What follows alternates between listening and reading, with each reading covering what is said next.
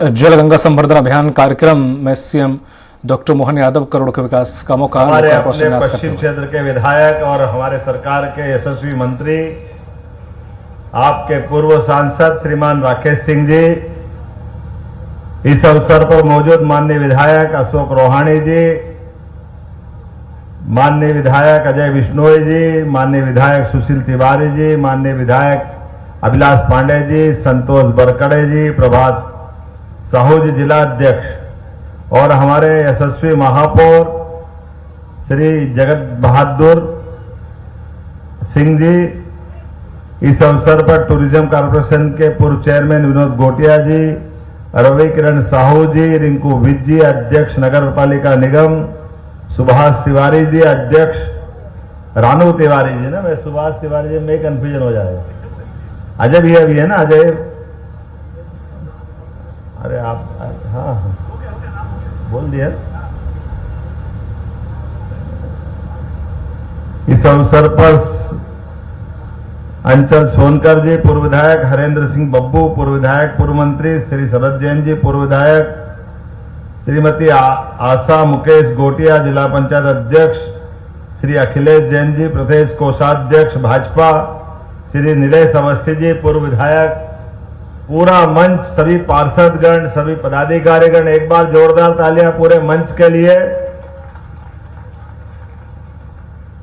और ये जो समय चल रहा है ग्रीष्म ऋतु, और ग्रीष्म ऋतु वैसे तो हमारे लिए 3 मौसम 6 ऋतु, और साल का विभक्तिकरण भी ऐसा है कि उत्तरायण और दक्षिणायन।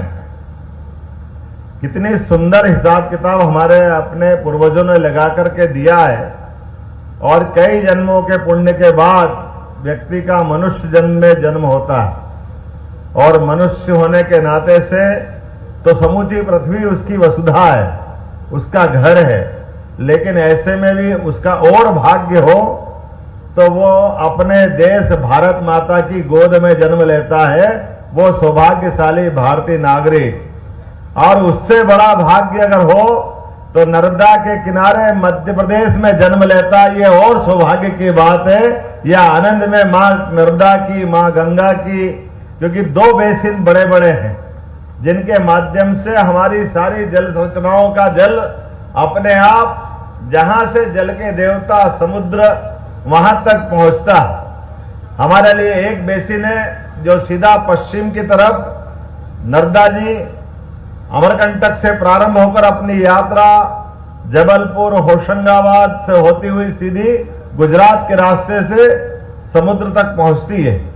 दूसरी रचना है, अधिकांश नदियां हमारे बीच में से अंततः गंगा जी, यमुना जी से और निकल करके यमुना जी गंगा जी में जाते, गंगा सागर से सीधी बंगाल की खाड़ी तक जाती है। 1-2 नदियां और भी है, जैसे सोन नदी है, ताप्ती नदी है, ये दक्षिण भारत के समुद्र तक पहुंचती।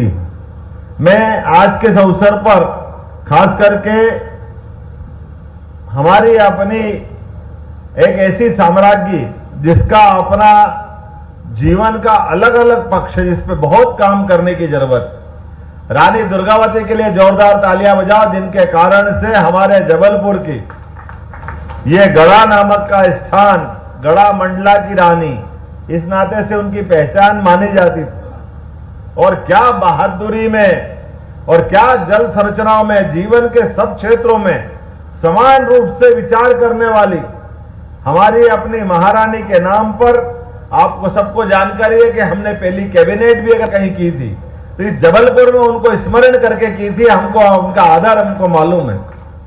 रानी अवंतीबाई, वो भी इतनी बहादुर नारी जो पूरी नारी जगत को गौरवान्वित कराती है। मैं आज के इस अवसर पर एक इस बड़े अभियान की बात भी करना चाहूंगा। जब बड़े अभियान में हमने पर्यावरण दिवस से लगा करके, आमतौर पर संयुक्त राष्ट्र संघ के चार्टर के हिसाब से एक दिन कोई अपना प्रत्येक दिन कोई न कोई किसी न किसी कारण से स्मरणीय दिवस बनाना है। इसलिए पर्यावरण दिवस के दिन पर्यावरण की बात करो और बाद में उसके बारे में छूट जाता मामला। हमारी सरकार ने तय किया कि ऐसा नहीं है, पर्यावरण दिवस से लेकर पूरा पखवाड़ा मनाएंगे। और हमारे यहां तो नदियों में मां गंगा मां नर्मदा इनके नाम पर, चूंकि नर्मदा जी के नाम पर जयंती बहुत धूमधाम से मनती है, लेकिन गंगा जी को लेकर के ये चंबल से लेकर काली सिंध और काली सिंध से छिपरा जी पूरा अपना गंगा दशमी का उत्सव पूरे देश में बहुत आनंद के साथ मनता है। तो गंगा जी हो, नर्मदा जी हो, इनको जोड़ करके हमारे अपने सामाजिक उत्तरदायित्व के समाज से जुड़े हुए कामों को हाथ में लेने की आवश्यकता है। और जैसा कि हमको सबको जानकारी है, जल ही जीवन है। ऐसे में जल संरचनाओं में कुएं, बावड़ी, नदी, तालाब, पोखर, छोटे छोटे बांध, चेक डैम, स्टॉप डैम, इन सारी रचनाओं पे काम करने के लिए हमारी सरकार ने 5 जून से लगा करके सीधे 16 जून तक लगातार 15 दिन का एक बड़ा अभियान लिया है।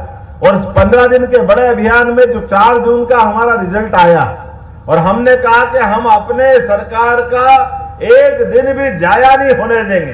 प्रत्येक दिन सरकार का हमारा अपना कदम जनता की बेहतरी के लिए, समाज सेवा के लिए, राजनीति में आने का मतलब केवल राजनीति में सरकार चलाना नहीं, सरकार के साथ सामाजिक सरोकार से जुड़ने की जरूरत है।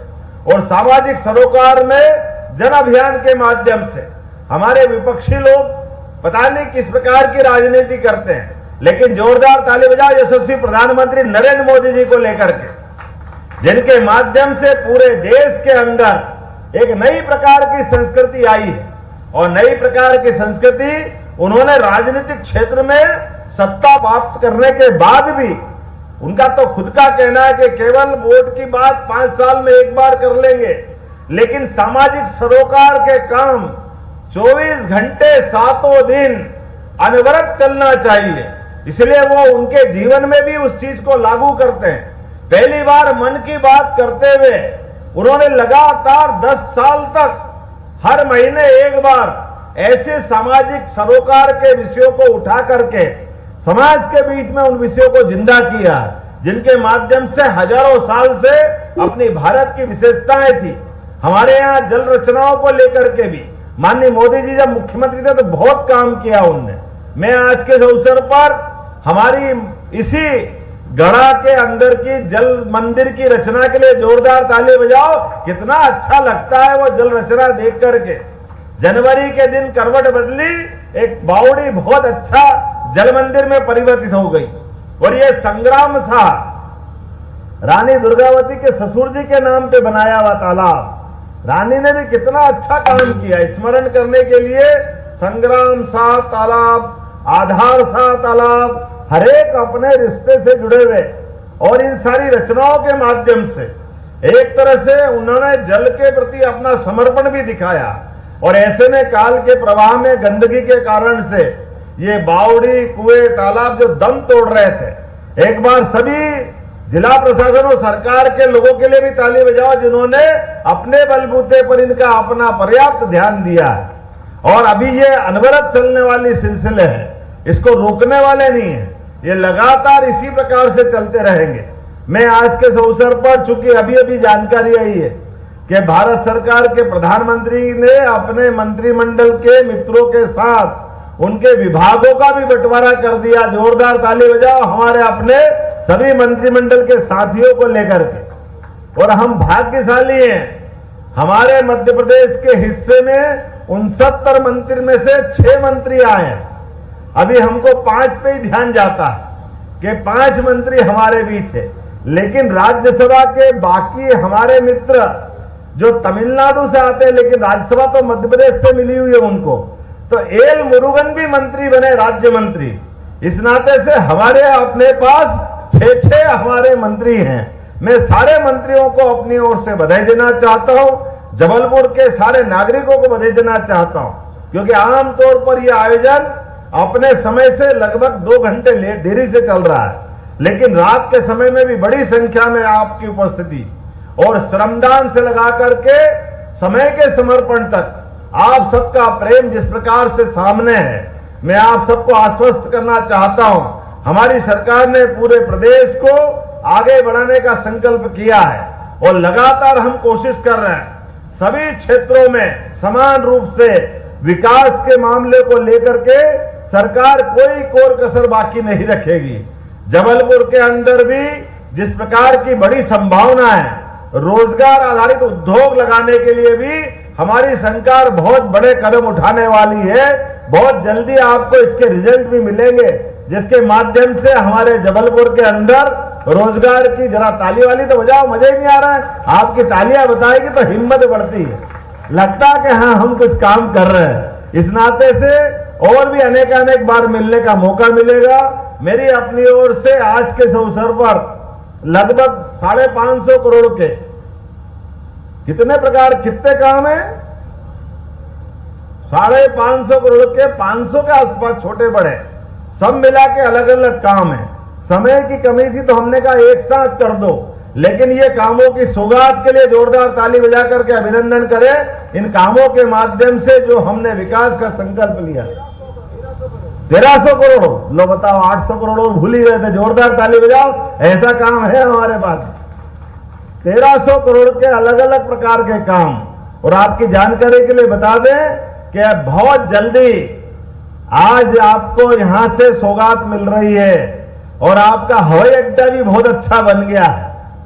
आने वाली 13 तारीख को हमारे अपने जबलपुर से फिर मध्य प्रदेश की अपनी एयर टैक्सी के माध्यम से तो जबलपुर, रीवा, सिंगरौली, भोपाल हवाई यातायात की सुविधा भी इसी महीने, इसी 13 तारीख को मिलने वाली है। ये बड़ी सौगात आपको रहेगी, जिसके माध्यम से हम में से किसी को जल्दी जाना है तो रीवा, सिंगरौली, भोपाल, जबलपुर अभी ये रहेगी। इसके बाद और एक सुविधा मिलने वाली है आपकी सबकी जानकारी के लिए कि हमारे अपने परिवार में, आसपास के देहात क्षेत्र में या जबलपुर में भी किसी कारण से अगर कोई व्यक्ति बीमार हो जाए और बीमार को यहां से हॉस्पिटल से आगे कहीं बड़े अस्पताल पे पहुंचा करके उसकी जिंदगी बचाना है, तो ऐसे में एयर एम्बुलेंस की सुविधा की जरूरत लगती है। तो हमारी सरकार ने निर्णय किया है केवल आयुष्मान कार्ड बना लेना आप सब, तो आयुष्मान कार्ड के माध्यम से अगर उसकी जिंदगी बचाने के लिए दिल्ली, बंबई, कलकत्ता या किसी और जगह पहुंचाना हो तो अपने हेलीकॉप्टर से डॉक्टर और सारी सुविधा के माध्यम से उसकी जिंदगी बचाने का काम भी हमारी सरकार करेगी। एयर एम्बुलेंस की सुविधा भी हमारी सरकार देने वाली है। ऐसी कई सौगातें मिलती जाएगी। ये जनता का विश्वास भाजपा के प्रति जो है, इस विश्वास को भारतीय जनता पार्टी के माध्यम से हम निश्चित रूप से और प्रगाढ़ करते रहेंगे। आज के इस अवसर पर एक बार आप सबको बधाई।